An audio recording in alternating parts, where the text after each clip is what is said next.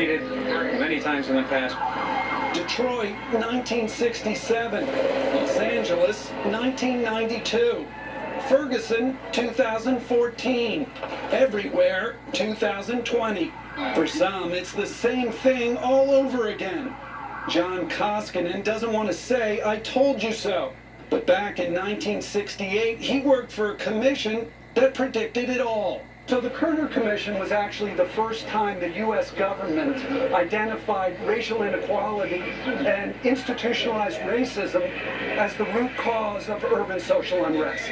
That's right, and that's why it was so controversial at the time. Its most famous passage warned our nation is moving toward two societies, one black, one white, separate and unequal. They were conclusions that irritated then-President Lyndon Johnson, who wanted the commission to conclude that outside groups were the problem, organizing protests for nefarious political purpose. President Johnson himself, unfortunately, believed that there was some conspiracy behind these riots or disorders.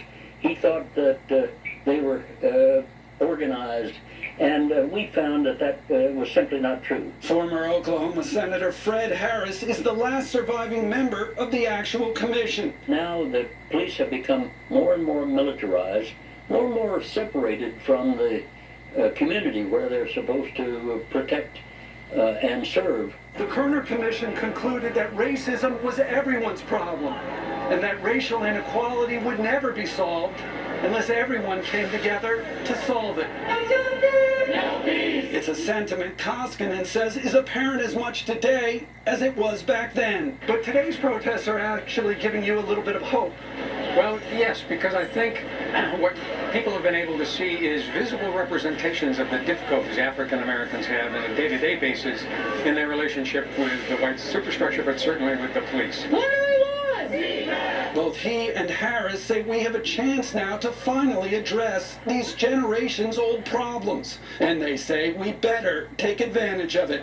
Just outside Lafayette Square in Washington, D.C., Douglas Kennedy, Fox News. Interesting.